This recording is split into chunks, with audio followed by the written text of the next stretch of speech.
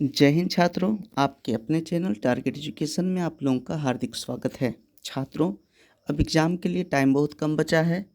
अब अंतिम 2 ही दिन बचा है, तो छात्रों टाइम को वेस्ट न करके तैयारी पर फोकस करना है और पूरी मेहनत के साथ, जी हाँ, पूरी मेहनत के साथ मुकाम हासिल करना है। छात्रों, आज मैं आप लोगों के लिए सिविक्स यानी लोकतांत्रिक राजनीतिक का महत्वपूर्ण प्रश्न उत्तर लेकर आया हूँ। यदि इतने ही मात्र 30 प्रश्नों को अगर आप देखकर याद कर लेते हैं, तो मैं विश्वास दिलाता हूँ कि आपको सिविक्स का एक भी प्रश्न नहीं छूटेगा। जी हाँ छात्रों, तो आप लोगों से एक छोटी सी रिक्वेस्ट है कि यदि अभी तक मेरे इस चैनल को सब्सक्राइब नहीं किए हैं तो सब्सक्राइब कर लें और बेल आइकन को भी दबाना ना भूलें, ताकि मेरी इसी प्रकार की परीक्षा उपयोगी वीडियो सबसे पहले आप तक पहुंच सके। तो छात्रों, आइए शुरू करते हैं आज का पहला प्रश्न। जी हाँ, पहला प्रश्न है, भारत में औरतों के लिए आरक्षण की व्यवस्था किस संस्था में है? ऑप्शन ए लोकसभा, बी विधानसभा, सी मंत्रिमंडल, डी पंचायती राज व्यवस्था। इसका सही आंसर होगा छात्रों, आप लोग भी गेस कीजिएगा और हमें कमेंट करके ज़रूर बताइएगा कि आप इससे कितने प्रश्नों का सही सही उत्तर दिए। जी हाँ, तो इसका सही आंसर होगा ऑप्शन डी। जी हाँ, पंचायती राज व्यवस्था। महिलाओं के लिए आरक्षण की व्यवस्था पंचायती राज व्यवस्था में है। जी हाँ, नेक्स्ट प्रश्न, धर्मनिरपेक्षता क्या क्या अर्थ है? ऑप्शन ए धर्म से रहित, बी धार्मिक श्रेष्ठता, सी सर्वधर्म समभाव, डी अल्पसंख्यकों का धर्म। इसका सही आंसर गेस कीजिएगा छात्रों, इसका सही आंसर होगा ऑप्शन सी सर्वधर्म समभाव। जी हाँ, धर्मनिरपेक्षता का यही अर्थ होता है, सभी धर्म जो है वो बराबर है। नेक्स्ट प्रश्न तीसरा, सांप्रदायिक राजनीति आधारित होती है, किस पर आधारित होती है? ऑप्शन ए धर्म पर, बी जाति पर, सी क्षेत्र पर, डी समाज पर। इसका सही आंसर होगा छात्रों ऑप्शन ए धर्म पर। नेक्स्ट प्रश्न 4 नंबर का, धर्म को राजनीति से अलग नहीं किया जा सकता, यह किसने कहा? Option A Mahatma Gandhi, B Jawaharlal Nehru, C Jayaprakash Narayan, D Madan Mohan Malaviya. इसका सही आंसर होगा छात्रों ऑप्शन ए महात्मा गांधी। जी हाँ, महात्मा गांधी कहे थे धर्म को राजनीति से अलग नहीं किया जा सकता। नेक्स्ट प्रश्न है 5वां, लोकसभा में निर्वाचन हेतु कुल सीटों की संख्या कितनी है? जी हाँ, चुनाव के लिए ऑप्शन ए 542, बी 544, सी 543 और डी 545। इसका सही आंसर होगा छात्रों ऑप्शन सी 543। जी हाँ, नेक्स्ट प्रश्न 6 नंबर, समवर्ती सूची में रखा जाता है, किसे रखा जाता है? ऑप्शन ए राज्य को, बी केंद्र को, सी केंद्र एवं राज्य दोनों को और डी इनमें से कोई नहीं। इसका सही आंसर होगा छात्रों ऑप्शन सी केंद्र एवं राज्य दोनों को।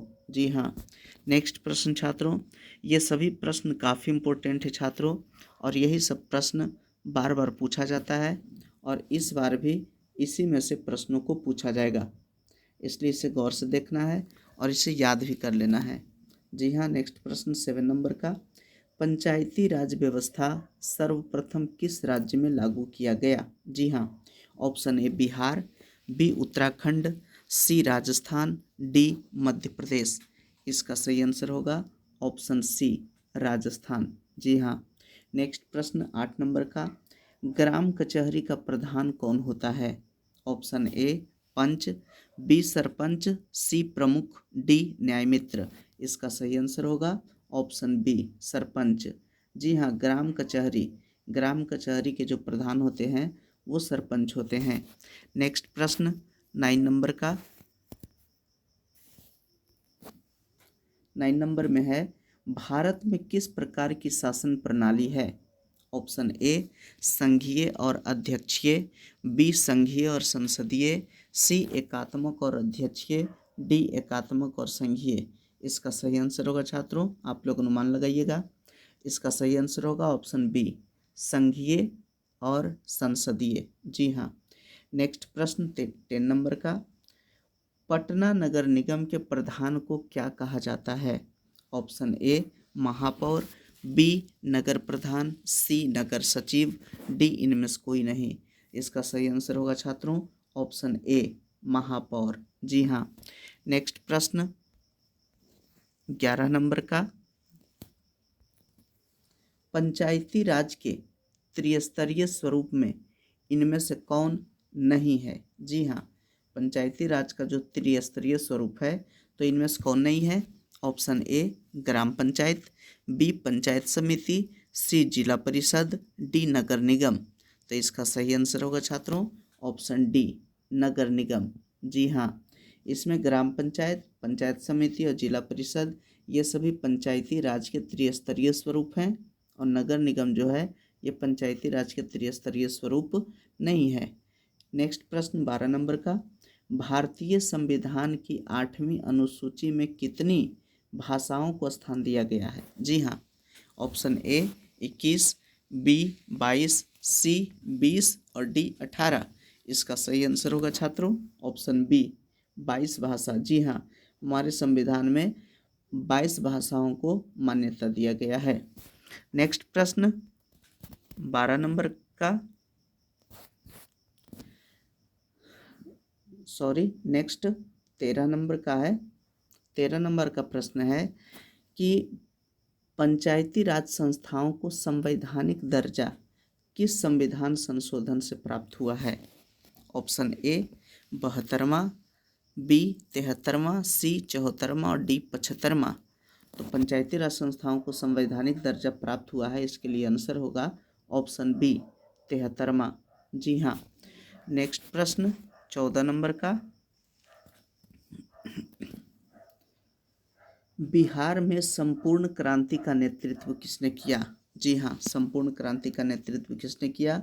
Option A Morarji Desai, B Nitish Kumar, C Indira Gandhi, D Jayaprakash Narayan. इसका सही आंसर होगा छात्रों ऑप्शन डी जयप्रकाश नारायण। जी हाँ। नेक्स्ट प्रश्न है 15 नंबर का, निम्नलिखित में से कौन भारतीय किसान यूनियन के नेता थे? जी हाँ, भारतीय किसान यूनियन के नेता कौन थे? Option A Morarji Desai, B Jayaprakash Narayan, C Mahendra Singh Tikait, D Chaudhary Charan Singh. इसका सही आंसर होगा ऑप्शन सी महेंद्र सिंह टिकैत। जी हाँ। नेक्स्ट प्रश्न 16 नंबर का,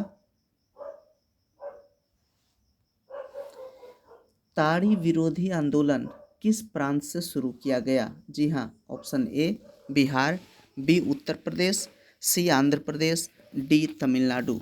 इसका सही आंसर होगा option C Andhra Pradesh.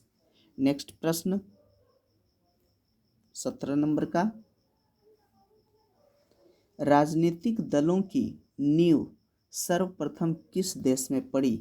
Option A Bharat में, बी फ्रांस में, सी अमेरिका में, डी ब्रिटेन में। इसका सही आंसर होगा छात्रों, आप लोग अनुमान लगाइएगा। इसका सही आंसर होगा ऑप्शन डी ब्रिटेन में। जी हाँ। नेक्स्ट प्रश्न 18 नंबर का, निम्नलिखित में से किसे लोकतंत्र का प्राण माना जाता है? जी हाँ, लोकतंत्र का प्राण। ऑप्शन ए सरकार को, बी न्यायपालिका को, सी संविधान को, डी राजनीतिक दल को। इसका सही आंसर होगा छात्रों ऑप्शन डी। जी हाँ, राजनीतिक दल को ही लोकतंत्र का प्राण माना जाता है, इसलिए इसका सही आंसर ऑप्शन डी। नेक्स्ट प्रश्न 19 नंबर का, जी हाँ, दल बदल कानून निम्नलिखित में से किस पर लागू होता है? जी हाँ, दल बदल कानून। ऑप्शन ए सांसदों और विधायकों पर, बी राष्ट्रपति पर, सी उपराष्ट्रपति पर, डी इनमें सभी पर। इसका सही आंसर होगा छात्रों ऑप्शन ए सांसदों और विधायकों पर। जी हाँ, सांसदों और विधायकों पर ही दल बदल कानून लागू होता है। छात्रों, ये दल बदल कानून वैसा कानून होता है कि अगर कोई सांसद या विधायक अगर अपने दल को छोड़कर अगर दूसरे दल में अगर जाना चाहते हैं तो उन्हें जो वो जीते हुए पद है तो उसको वो त्यागना पड़ेगा। जी हाँ, वो इस्तीफा दे कर ही दूसरे दल में जा सकते हैं। इसको ही दल बदल कानून कहा गया है और ये अति लघुतरीय प्रश्न में आ सकता है कि दल बदल कानून क्या है। तो छात्रों इसमें ध्यान देना है कि जब कोई सांसद या विधायक अगर अपने जीते हुए दल को छोड़ करके अगर अन्य दल में अगर जाना चाहते हैं तो उन्हें अपने जो जीते हुए पद है उस पर से इस्तीफा देना होगा, तभी वो दूसरे दल में जा सकते हैं। तो यही दल बदल कानून है जो सांसद और विधायकों पर लागू होता है। जी हाँ, नेक्स्ट प्रश्न 20 नंबर का, राजनीतिक दलों को मान्यता और उसका चुनाव चिन्ह किसके द्वारा प्रदान किया जाता है? ऑप्शन ए राष्ट्रपति सचिवालय द्वारा, बी प्रधानमंत्री सचिवालय द्वारा, सी निर्वाचन आयोग द्वारा, डी संसद द्वारा। इसका सही आंसर होगा ऑप्शन सी निर्वाचन आयोग द्वारा। जी हाँ, निर्वाचन आयोग द्वारा ही किसी भी राजनीतिक दल को मान्यता मिलती है और उसके लिए चुनाव चिन्ह भी प्रदान किया जाता है। नेक्स्ट प्रश्न है 21 नंबर का, भारत ने गणतंत्र संविधान को कब अंगीकार किया? जी हाँ, ऑप्शन ए 15 अगस्त 1947 को, बी 15 जनवरी 1950 को, सी 26 जनवरी 1950 को, डी 26 अगस्त 1950 को। इसका सही आंसर होगा छात्रों ऑप्शन सी 26 जनवरी 1950 को। जी हाँ, और हम लोग गणतंत्र दिवस भी उसी के अवसर पर मनाते हैं 26 जनवरी को। जी हाँ, क्योंकि 26 जनवरी 1950 को ही हमारे भारत के संविधान को अंगीकार किया गया था और लागू किया गया था। जी हाँ, नेक्स्ट प्रश्न है 22 नंबर का, बिहार में पंचायती राज संस्थाओं में महिलाओं के लिए कितनी सीटें आरक्षित है? जी हाँ, option A 50%, B 25%, C 30%, D 40%। इसका सही आंसर होगा ऑप्शन ए 50%। जी हाँ, महिलाओं के लिए पंचायती राज संस्थाओं में 50% सीट आरक्षित है यानी रिजर्व है। नेक्स्ट प्रश्न 23 नंबर का, छात्रों ये सभी प्रश्न काफ़ी इम्पोर्टेंट है, तो इसे ध्यान दीजिएगा और अगर अभी तक मेरे इस चैनल को सब्सक्राइब नहीं किए हैं तो सब्सक्राइब कर लीजिएगा तथा बेल आइकन को भी दबाना मत भूलिएगा ताकि मेरी इसी प्रकार की वीडियो आप लोगों तक आसानी से पहुंच सके। जी हाँ, तो 23 नंबर का क्वेश्चन है, लोकतंत्र जनता का, जनता द्वारा तथा जनता के लिए शासन है, किसने कहा था? ऑप्शन ए अरस्तु, B Rousseau, C Abraham Lincoln, D George Washington.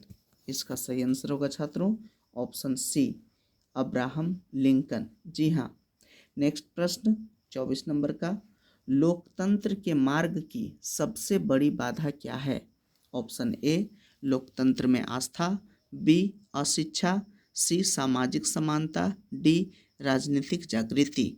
इसका सही आंसर होगा ऑप्शन बी अशिक्षा। जी हाँ, अशिक्षा जो है लोकतंत्र के मार्ग की सबसे बड़ी बाधा है, क्योंकि जब तक लोग अशिक्षित रहेंगे तो लोकतंत्र का सही से विकास नहीं हो पाएगा। इसलिए लोकतंत्र की सबसे बड़ी बाधा अशिक्षा है। नेक्स्ट प्रश्न 24 नंबर का 25 नंबर का प्रश्न, भारत में किस तरह के लोकतंत्र की व्यवस्था की गई है? ऑप्शन ए प्रत्यक्ष, बी अप्रत्यक्ष, सी प्रत्यक्ष एवं अप्रत्यक्ष, डी इनमें से कोई नहीं। इसका सही आंसर होगा अप्रत्यक्ष। जी हाँ, भारत में अप्रत्यक्ष लोकतंत्र की व्यवस्था है।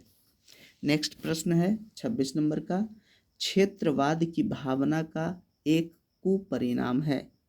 ऑप्शन ए अपने क्षेत्र से लगाव, बी राष्ट्रहित, सी राष्ट्रीय एकता, डी अलगाववाद। इसका सही आंसर होगा ऑप्शन डी अलगाववाद। जी हाँ, अलगाववाद जो है क्षेत्रवाद की भावना का एक कुपरिणाम है, यानी कुमिस यानी कि खराब परिणाम है जो कि है अलगाववाद। नेक्स्ट प्रश्न है 27 नंबर का, बोलीविया में जनसंघर्ष का मुख्य कारण क्या था? ऑप्शन ए लोकतंत्र की स्थापना, बी जल की कीमतों में वृद्धि, सी बिजली का निजीकरण, डी पेट्रोल की कीमत में वृद्धि। इसका सही आंसर होगा छात्रों ऑप्शन बी जल की कीमतों में वृद्धि। यही बोलीविया में जनसंघर्ष का मुख्य कारण था।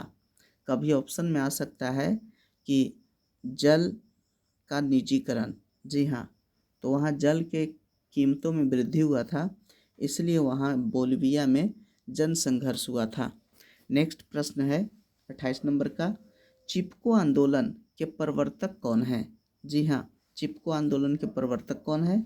Option A Medha Patkar, B Sunderlal Bahuguna, C Vinoba Bhave, D Kailash Satyarthi. इसका सही आंसर होगा छात्रों ऑप्शन बी सुंदरलाल बहुगुणा। जी हाँ, सुंदरलाल बहुगुणा ही चिपको आंदोलन के प्रवर्तक थे। नेक्स्ट प्रश्न है 29 नंबर का, जनता दल यूनाइटेड यानी जदयू पार्टी का गठन कब हुआ? ऑप्शन ए 1992 में, बी 1999 में, सी 2000 में और डी 2004 में। इसका सही आंसर होगा छात्रों ऑप्शन बी 1999 में। नेक्स्ट प्रश्न और आज के लिए ये अंतिम प्रश्न है। प्रश्न है कि भारतीय संविधान के अनुच्छेद 19 में देश के सभी नागरिकों को कौन सा मूल अधिकार दिया गया है? जी हाँ, अनुच्छेद 19 में ऑप्शन ए स्वतंत्रता का अधिकार, बी समानता का अधिकार, सी संवैधानिक उपचार का अधिकार, डी इनमें से कोई नहीं। तो छात्रों इसका सही आंसर होगा ऑप्शन ए। जी हाँ, ऑप्शन ए इसका सही आंसर है, स्वतंत्रता का अधिकार। तो छात्रों ये था आज का 30 महत्वपूर्ण प्रश्न। आप लोग कमेंट करके हमें ज़रूर बताइएगा कि आप लोग ये 30 में कितने प्रश्नों का सही आंसर दिए।